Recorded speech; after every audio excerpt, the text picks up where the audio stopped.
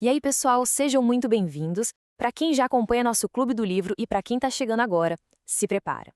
Nós preparamos um mergulho na primeira parte de Os Segredos da Mente Milionária.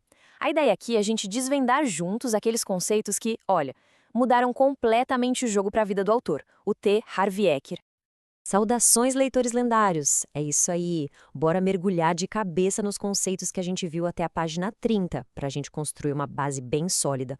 Porque, sério, o que a gente descobriu até agora é simplesmente fascinante e muda totalmente o jeito que a gente olha para o dinheiro.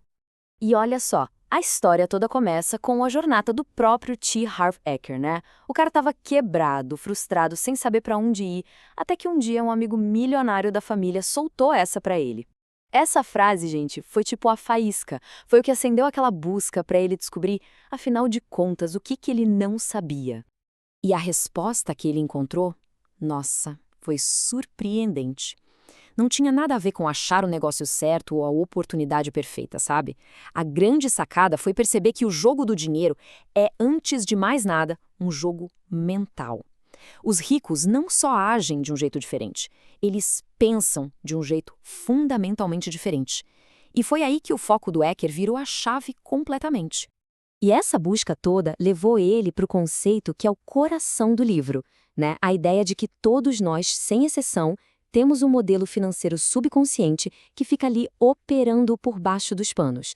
Pensa assim, ó, é como se fosse um termostato financeiro. É um programa que foi instalado na nossa mente, geralmente lá atrás, sem a gente nem notar, e que fica ali, regulando o nosso nível de sucesso com o dinheiro. E o pior, se o nosso termostato está programado para pouco, é só isso que a gente vai ter. Não adianta se matar de trabalhar. Tá, beleza. Mas como é que esse modelo funciona na prática? A resposta está nessa fórmula aqui que é crucial. Olha só, nossos pensamentos, eles criam nossos sentimentos, certo? Aí esses sentimentos nos levam a agir. E são essas ações que, no fim das contas, produzem os nossos resultados. A grande virada de chave é entender isso. O nosso mundo aqui fora é só um espelho do nosso mundo aí dentro. E para a gente conseguir visualizar isso de um jeito ainda mais claro, o Eker usa uma analogia que, olha, é muito poderosa. Ela conecta aquilo que a gente não consegue ver com o que a gente vê todos os dias. Ele pede para a gente imaginar uma árvore. Nossos resultados financeiros, ou seja, os frutos que a gente colhe, são criados pelas nossas raízes, que é o nosso mundo interior, a nossa programação. O que a maioria das pessoas faz? Tenta mudar os frutos, fica lá, reclamando dos resultados. Mas a mudança de verdade, aqui funciona, só acontece quando a gente mexe nas raízes. Então, o que isso quer dizer? Que a falta de dinheiro nunca, mas nunca mesmo, é o problema.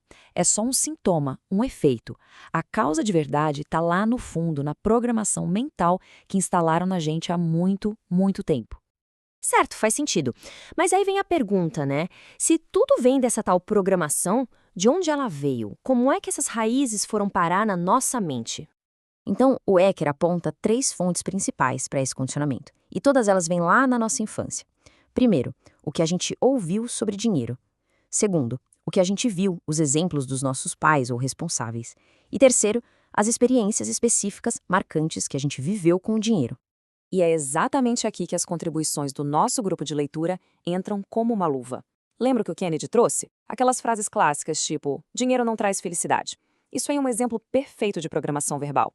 De um jeito bem sutil, a gente acaba associando riqueza com algo negativo.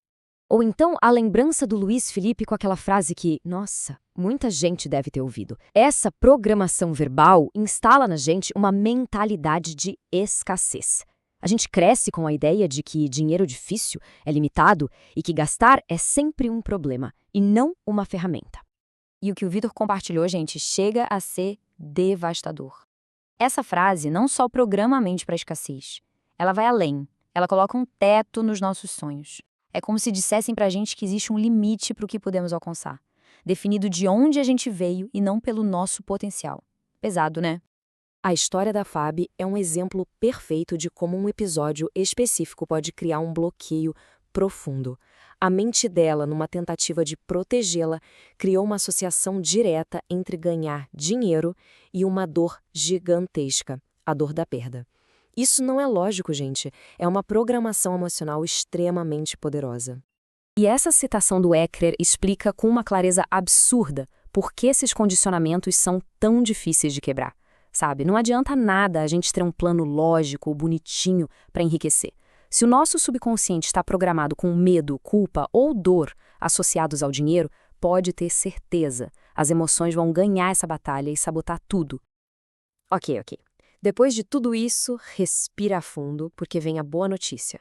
Essa programação não é uma sentença para a vida toda. Dá para mudar. E é possível. Então vamos ver como a gente pode começar a reescrever o nosso modelo financeiro. O processo de mudança, segundo o livro, tem 4 passos que são essenciais. Primeiro, a conscientização. É simplesmente admitir, ok, essa programação existe em mim. Depois, vem o entendimento, que é sacar de onde ela veio. O passo seguinte é crucial, é a dissociação.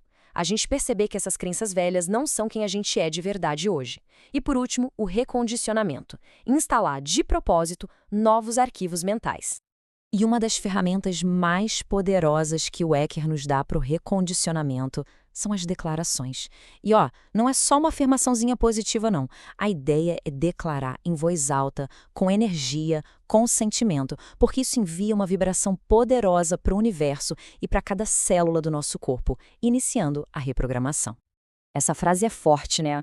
Os seus rendimentos crescem na mesma medida em que você cresce. Isso se conecta perfeitamente com aquela reflexão do Richard sobre sacrificar o que se é por aquilo que vai se tornar. A lógica é a seguinte: para a gente conseguir atrair e, mais importante ainda, manter mais riqueza, a gente precisa se tornar um recipiente maior. Crescimento pessoal e financeiro, eles caminham juntos, de mãos dadas. E aqui, gente, a gente chega na grande síntese do nosso grupo. O trabalho do Maxwell Maltz na psicocibernética preparou o terreno, nos deu a base de como a autoimagem funciona. O que o T. Harv Eker fez de forma genial foi pegar esses princípios e aplicar de um jeito específico e prático para a nossa relação com o dinheiro. Ele basicamente nos deu um manual de instruções da nossa psicologia financeira. E para a gente fechar essa primeira parte da nossa análise, fica aqui uma pergunta para reflexão. Depois de tudo que a gente viu, de identificar as próprias programações, qual é a primeira crença limitante que precisa ser substituída?